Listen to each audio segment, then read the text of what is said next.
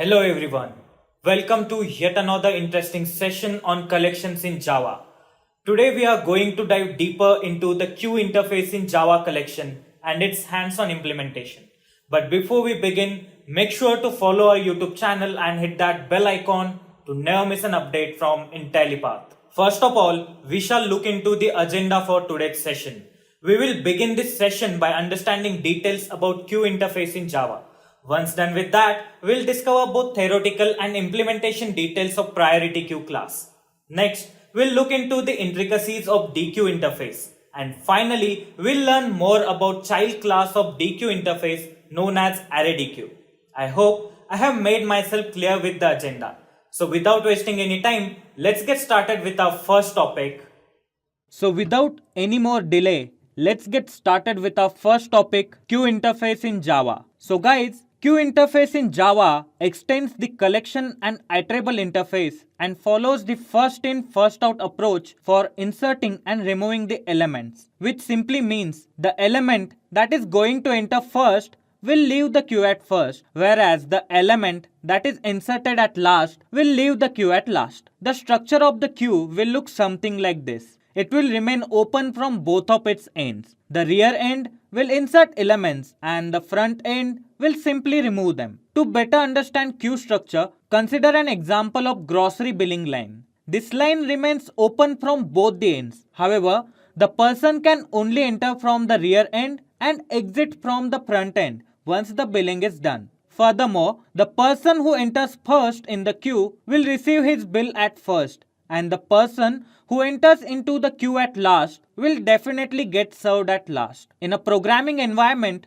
the queue data structure follows this scenario precisely. Now coming back to the queue as an interface in Java, you guys should be aware that no interface can be instantiated directly. In order to inherit its properties, we will need a concrete class for the declaration. What I mean by concrete class here is that class that is part of Java collection hierarchy and which extends the queue interface. And most often, priority queue and linked list act as those concrete classes. We have one more class named as ArrayDeque, which expands the DQ and queue interface in collection framework hierarchy. In this session, we'll be mostly focusing on priority queue, DQ and ArrayDeque. First, let's start exploring theoretical and implementation details of priority queue. When items need to be processed depending on their priority, a priority queue is implemented. This type of queue employs the first in first out algorithm for both insertion and deletion. However, the elements of this data container needs to be processed in terms of priority before putting them into the queue. That is the reason why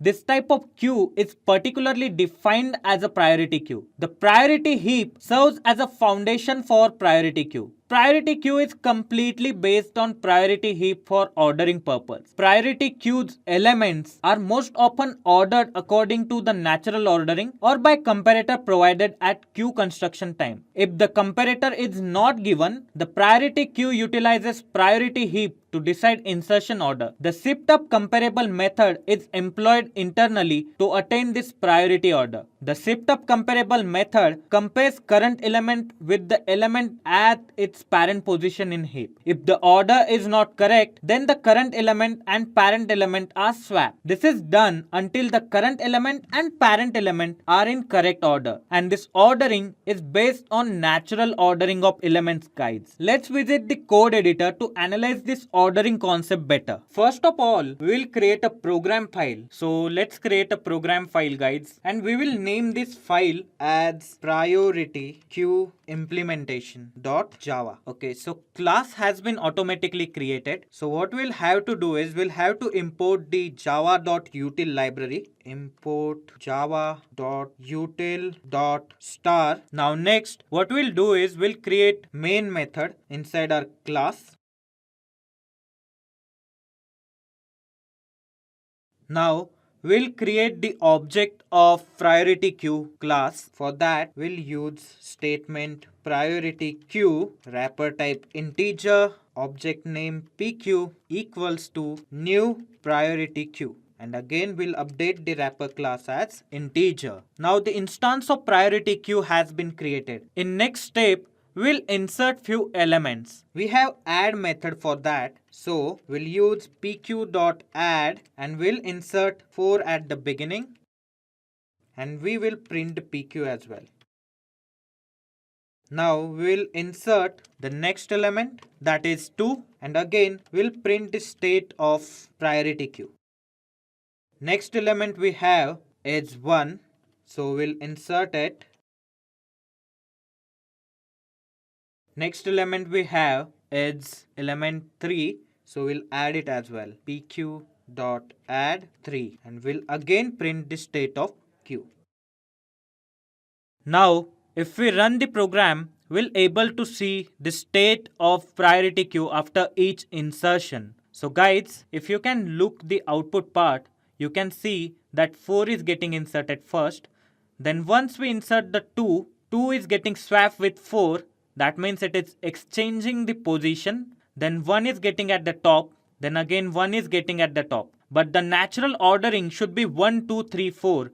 But the ordering that we are getting here is 1, 3, 2, 4. Let's try to understand how this is happening with the help of presentation slides. So guys, we will construct the priority heap to understand the ordering. The insertion order is given on your screens. That means the first insertion we have is element valued 4. Then we have 2. Now, as 2 is smaller than 4, it will occupy the position of root or base node, and 4 will become the left child of 2. The next insertion is 1, and since it is the smallest element than both 4 and 2, it will occupy the position of root node, and 2 will become the left child of 1. The last insertion is 3.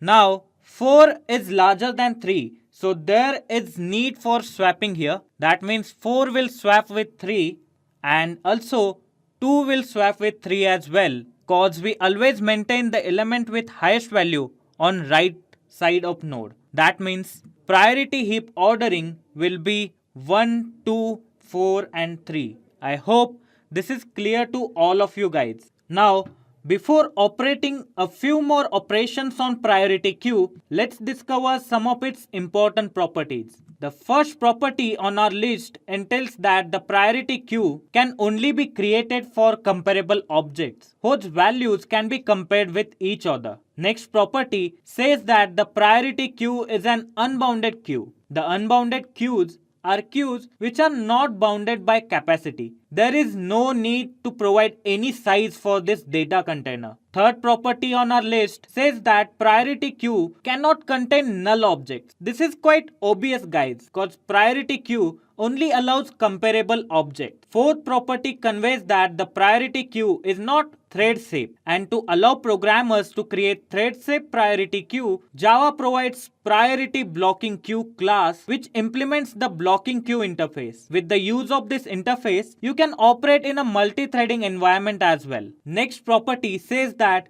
for queue retrieval, we have operations such as poll, remove and peek. The complexity for both retrieval and insertion in priority queue will be big O of log n. Here are few more operations that we can perform on priority queue besides retrieval. Moving forward, we'll perform a few operations on priority queue using some of these listed methods. So to do that, let's visit the Visual Studio Code Editor. Here, the first operation that we are going to perform on our priority queue is accessing the element present at front node. So to do that, we have peek function in priority queue class. Let's make use of it and see how this function works. For that, we'll write command system.out.println the element present at the front end is pq.peek. Let's run our program and see what output this command returns. So guys, here you can see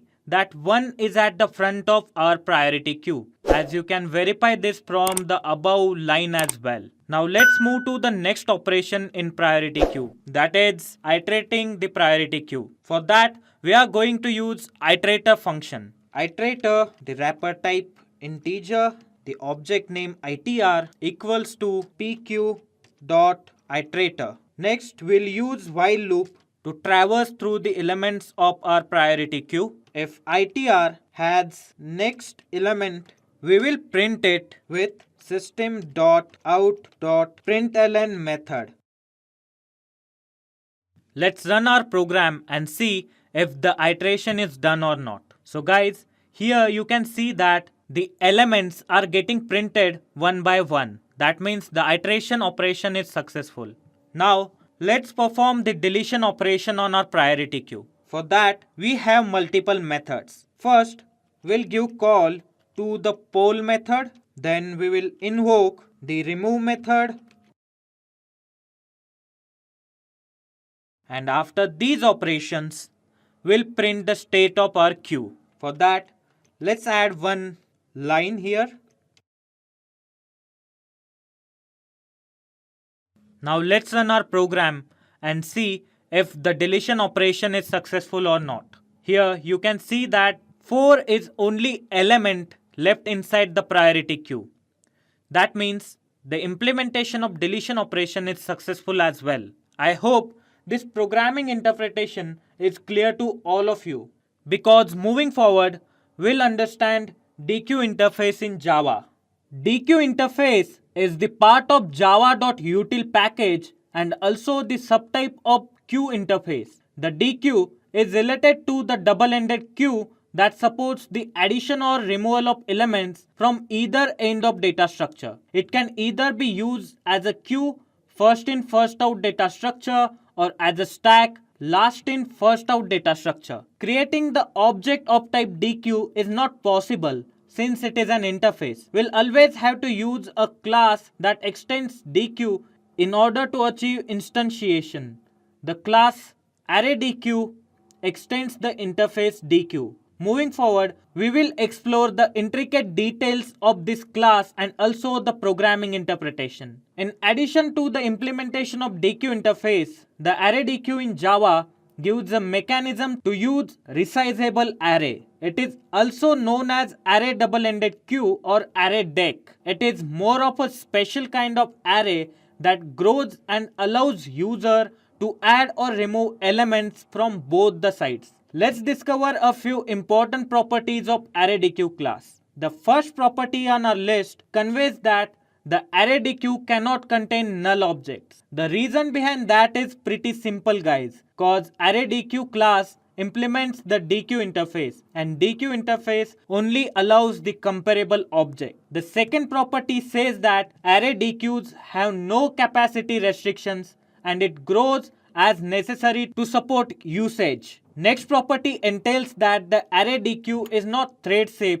which means that in the absence of external synchronization, ArrayDeque cannot support concurrent access by multiple threads. The final property on our list says that the ArrayDeque is faster than both linked list and stack. The reason behind that is ArrayDeque is double-ended queue implemented as an array.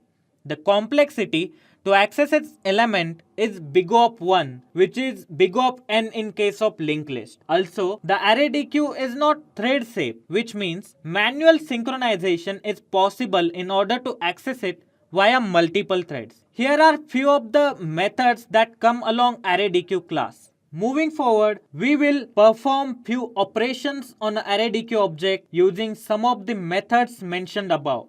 Let's visit the code editor in order to do that. First of all, we'll create the program file for implementation of ArrayDeque. We will name this file as ArrayDequeProgram.java. The class has been created. So the next step will be importing java.util library. Next, we'll create the main method inside our class. Now, we will create the instance of ArrayDeque class. To do that, we'll type the command ArrayDeque. The wrapper class type will be using integer wrapper class in this particular case. Then the object name as deque equals to new ArrayDeque, the wrapper class integer, and semicolon. Now, the next step will be inserting few elements into our ArrayDeque. To do that, first we'll employ the add method. So let's add those elements.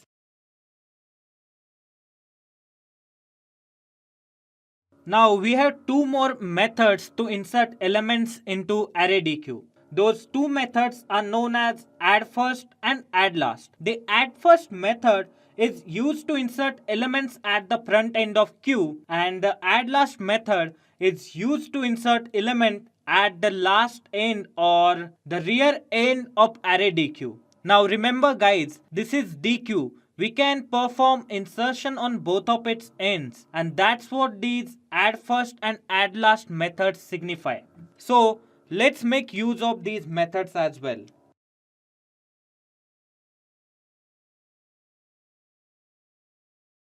We'll print the state of queue to visualize if the element have been added at head and rear node and in between as well.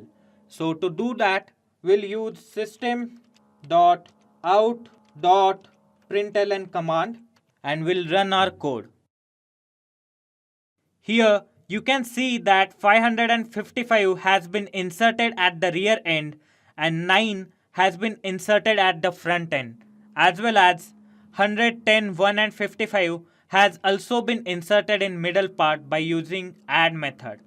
Now next, we'll iterate through the ArrayDeque using the iterator method. First, we'll have to formulate the iterator object to achieve this iteration. The syntax to do that is iterator, then the wrapper class, that is integer, itr the object name equals to deque dot iterator. Now next we'll create while loop and inside it we'll pass itr dot has next, and if the ArrayDeque contains the next element, then we will print it with the help of println command. Now let's run our code and see if the iteration is getting implemented or not. Here you can see that the elements are getting iterated and printed as well. So let's move to the next operation. The next operation is accessing the front element from our ArrayDeque. And to do that, we'll be using peek method inside system.out.println method.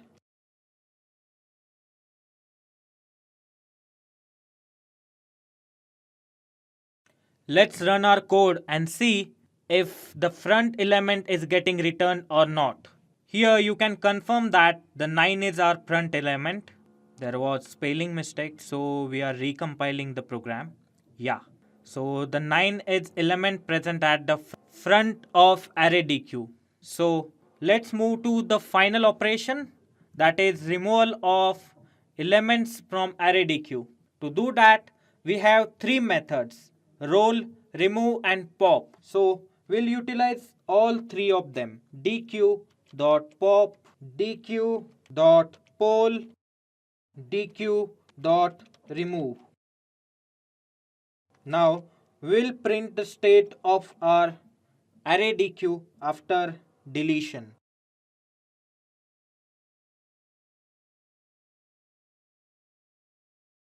Now let's run our code and see if the deletion is getting performed or not. So guys, you can see that there are only 3 elements left inside our ArrayDeque and other 3 elements has been removed. That means our program works fine, and with this we have come to the end of this programming interpretation. Thank you so much for being here till the end of this session guys. I wish you all the very best, and do subscribe to Intellipaat channel to get interesting digital technology updates from us. Just a quick info guys. Intellipaat provides Java certification online training mentored by industry experts. The course link of which is given in the description below.